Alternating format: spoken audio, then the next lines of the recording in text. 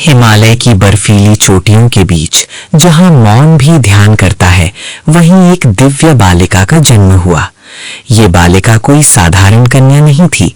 ये थी राजा हिमवान और रानी मैना की पुत्री पार्वती। उनके जन्म के साथ ही पूरी नगरी में अद्भुत प्रकाश फैल गया। देवताओं ने आकाश से पुष्प वर्षा की और ऋषियों ने घोषणा की, ये कन्या स्वयं आदि शक्ति है जो शिव को पुनः गृहस्थ जीवन में लाने आई हैं। माता पार्वती बचपन से ही शिव की ओर आकर्षित थीं। जब वे शिव की तपस्या, वैराग्य और करुणा की कथाएं सुनती तो उनका हृदय श्रद्धा और प्रेम से भर उठता। उधर कैलाश पर्वत पर महादेव शिव समाधि में लीन थे।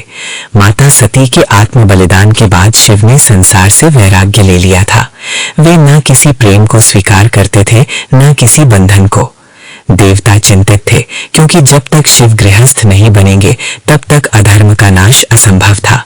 तभी देवताओं को स्मरण हुआ, माता सती ने पार्वती रूप में पुनर्जन्म लिया है। युवावस्था में प्रवेश करते ही पार्वती का मन शिव की ओर और अधिक झुक गया। वे प्रतिदिन कैलाश की ओर निहारती और मन ही मन कहती, हे महादेव, मैं आपकी ही अर्धांगिनी हूँ। नारद मुनि ने पार्वती से कहा, यदि तुम शिव को पति रूप में चाहती हो तो तुम्हें कठोर तपस्या करनी होगी। पार्वती मुस्कुराई, यदि महादेव को पाने के लिए जीवन भी अर्पित करना पड़े तो वो भी स्वीकार है। पार्वती ने वन में जाकर तपस्या आरंभ की। पहले वे फल फूल पर रहीं, फिर पत्तों पर और अंत में निर्जल निराहार तप करने लगी। सर्दी में बर्फ, वर्षा में जल और ग्रीष्म में अग्नि। हर कष्ट को वे मौन भाव से सहती रहीं। देवता विचलित हो उठे, पृथ्वी कांपने लगी। आखिरकार शिव ने आंखें खोली। शिव ने पार्वती की परीक्षा लेने का निश्चय किया। वे एक साधारण भिक्षुक का वेश धारण कर उनके पास पहुंचे। भिक्षुक बोला, कन्या, तुम क्यों एक ऐसे शिव के पीछे अपना जीवन नष्ट कर रही हो जो भस्मधारी, औघड़ और अजीब है। पार्वती का नेत्र क्रोध से लाल हो गया। वे बोली, जिस शिव का तुम उपहास कर रहे हो वही ब्रह्मांड के स्वामी है। उनके अपमान को मैं सहन नहीं कर सकती। उसी क्षण भिक्षुक रूप त्याग कर शिव प्रकट हुए। पार्वती के नेत्रों से अश्रु बहने लगे। शिव बोले, हे पार्वती, तुम्हारी तपस्या और प्रेम ने मुझे जीत लिया है। मैं तुम्हें अपनी अर्धांगिनी रूप में स्वीकार करता हूं। देवताओं ने जयकार की।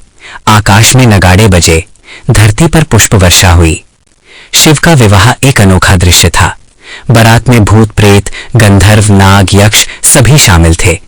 शिव स्वयं भस्म लगाए, गले में सर्प, जटाओं में गंगा धारण किए हुए थे। माता मैना मूर्छित हो गई, पर जब उन्होंने शिव के तेज को देखा तो नतमस्तक हो गई। विवाह संपन्न हुआ। पार्वती बनी गौरी, अन्नपूर्णा। कैलाश पर्वत पर शिव पार्वती का गृहस्थ जीवन आरंभ हुआ। ये जीवन केवल प्रेम नहीं बल्कि ब्रह्मांड का संतुलन था। पार्वती कभी उनसे प्रश्न करती, प्रभु, संसार का रहस्य क्या है? शिव मुस्कुराकर कहते, शक्ति बिना शिव शव है। माता पार्वती ने अपने शरीर की उपटन से गणेश का निर्माण किया। शिव से अनजाने में गणेश का मस्तक कट गया। फिर गजमुख देकर उन्हें विघ्नहर्ता बनाया गया। कार्तिकेय का जन्म अधर्म के नाश हेतु हुआ। शिव और पार्वती का प्रेम केवल पति पत्नी का नहीं बल्कि चेतना और ऊर्जा, पुरुष और प्रकृति, संहार और सृजन का मिलन है। जहां शिव ध्यान है वहां पार्वती करुणा है। जहां शिव तांडव है वहां पार्वती लास्य है।